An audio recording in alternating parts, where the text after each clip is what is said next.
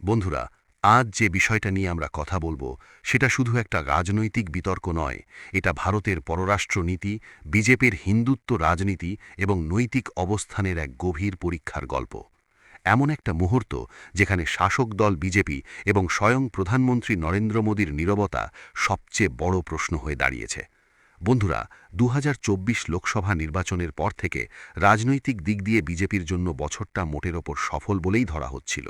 হরিয়ানা, মহারাষ্ট্র, দিল্লি, তারপর বিহার, একটার পর একটা রাজ্যে বিজেপি জয় পেয়েছে বা শক্ত অবস্থান তৈরি করেছে। বহু রাজনৈতিক বিশ্লেষক বলছিলেন ২০১৪ পর যে মোদি ম্যাজিক কিছুটা ম্লান হয়ে গিয়েছিল সেটা আবার ফিরে এসেছে। পারসেপশনের লড়াইয়ে বিজেপি আবার এগিয়ে। কিন্তু ঠিক এই জায়গাতেই বন্ধুরা, একটা বিষয় এসে গোটা ছবিটা বদলে দিল। এমন একটা ইস্যু যেটার উপর বিজেপির গত ১১ বছরের রাজনীতির ভিত্তি দাঁড়িয়ে আছে। এমন একটা প্রশ্ন যেটার সামনে আজ প্রধানমন্ত্রী, বিদেশমন্ত্রী, বিজেপির জাতীয় নেতৃত্ব সবাই প্রায় নির্বাক। সেই ইস্যু হল হিন্দু নির্যাতন, আর সেটা ভারতের ভেতরে নয়, ভারতের ঠিক পাশের দেশ বাংলাদেশে। বন্ধুরা, গত ১ দশকের বেশি সময় ধরে বিজেপি আমাদের কি শুনিয়ে এসেছে? হিন্দু বিপন্ন, হিন্দুদের অস্তিত্ব সংকটে, তাই হিন্দুদের সরকার দরকার।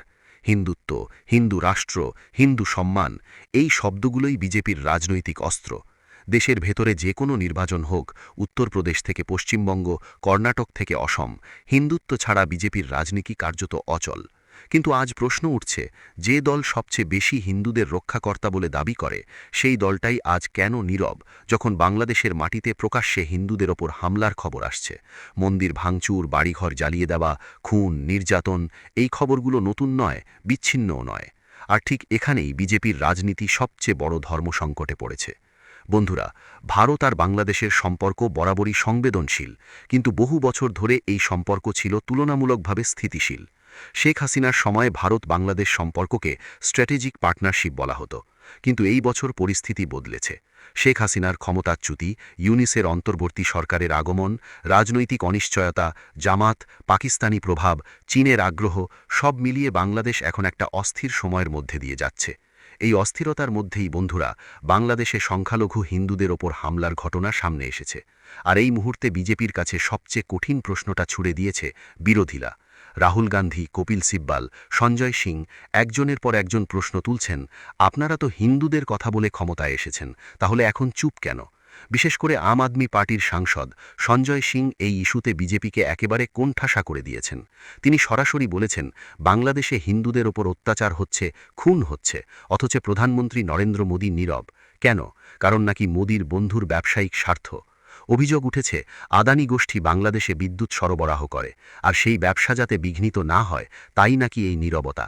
বন্ধুরা, এটা নিছক রাজনৈতিক অভিযোগ হলেও এর প্রভাব ভীষণ গুরুতর। কারণ বিজেপি এতদিন যাদের দেশ বিরোধী, হিন্দু বিরোধী বলে আক্রমণ করেছে, আজ তারাই বিজেপিকে হিন্দু প্রশ্নে কাঠগড়ায় দাঁড় করাচ্ছে।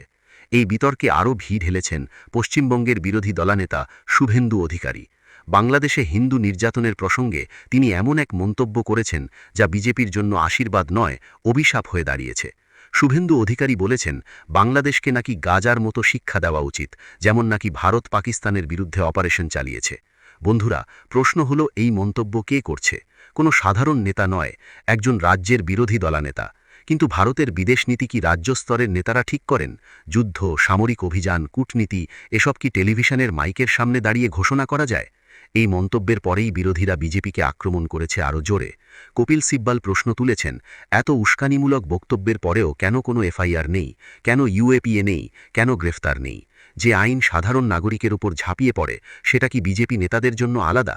বন্ধুরা, এখানেই বিজেপির দ্বিচারিতা সবচেয়ে স্পষ্ট হয়ে ওঠে।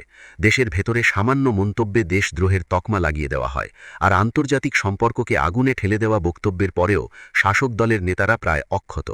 এই পরিস্থিতিতে ভারত সরকারের পক্ষ থেকে অবশ্য একটি বিবৃতি এসেছে। বিদেশ মন্ত্রকের মুখপাত্র বলেছেন, বাংলাদেশে সংখ্যালঘুদের ওপর হামলার ঘটনা উদ্বেগজনক। এক হিন্দু যুবকের হত্যার নিন্দা জানানো হয়েছে। কিন্তু প্রশ্ন থেকেই যাচ্ছে, এই বিবৃতি কেন মুখপাত্র স্তরে? প্রধানমন্ত্রী কেন নীরব? বিদেশমন্ত্রী কেন সরাসরি কিছু বলছেন না? আর তার পাল্টা প্রতিক্রিয়াও এসেছে বাংলাদেশ থেকে। বাংলাদেশের বিদেশ মন্ত্রক বলেছে, ভারতের বক্তব্য নাকি টার্গেটেড, এমনকি নিহত ব্যক্তিকে তারা অপরাধীও বলে উল্লেখ করেছে। এর মানে কি? স্পষ্ট বোঝা যাচ্ছে, দুই দেশের সম্পর্কের ভেতরে টানাপোড়েন বেড়েছে। বন্ধুরা, এই মুহূর্তে ভারতের জন্য পরিস্থিতি অত্যন্ত সংবেদনশীল। বাংলাদেশে এখন অন্তর্বর্তী সরকার, সামনে নির্বাচন। কে প্রধানমন্ত্রী হবেন, কোন শক্তি ক্ষমতায় আসবে, তারা ভারত বান্ধব হবেন না বিরোধী, কিছুই নিশ্চিত নয়। এই সময় ভারত সরকার স্বাভাবিকভাবেই খুব হিসেব করে পা ফেলছে। কিন্তু সমস্যাটা হচ্ছে, বিজেপি গত 11 বছরে নিজেরাই বিদেশ নীতিকে ঘরোয়া রাজনীতির হাতিয়ার বানিয়েছে। কখনো বলা হয়েছে মোদি যুদ্ধ থামিয়ে দিয়েছেন, কখনো বলা হয়েছে বিশ্ব নেতারা মোদির সামনে মাথা নত করছেন। আজ সেই একই বিদেশ নীতি নিয়ে বিরোধীরা প্রশ্ন তুলছেন, আপনার প্রতিবেশী দেশে হিন্দুরা মার খাচ্ছে, তখন আপনার বিশ্বগুরু কোথায়? এটাই বন্ধুরা বিজেপির আসল সংকট। হিন্দুত্বের রাজনীতি করে ভোট নেওয়া সহজ, কিন্তু বাস্তবে হিন্দু নির্যাতনের প্রশ্নে কূটনৈতিক ভারসাম্য রক্ষা করা কঠিন।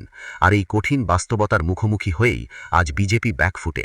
এই বিতর্ক এখানেই থামবে না। আগামী দিনে যখনই বিজেপি হিন্দু বিপন্নতার কথা বলবে, তখন বিরোধীরা বাংলাদেশ প্রসঙ্গ তুলে ধরবে। প্রশ্ন করবে, সেই সময় আপনারা কি করেছিলেন, নীরব ছিলেন কেন? বন্ধুরা, এটাই আজকের ভারতের রাজনীতির সবচেয়ে বড় দ্বন্দ্ব, আবেগ আর বাস্তবতার সংঘাত।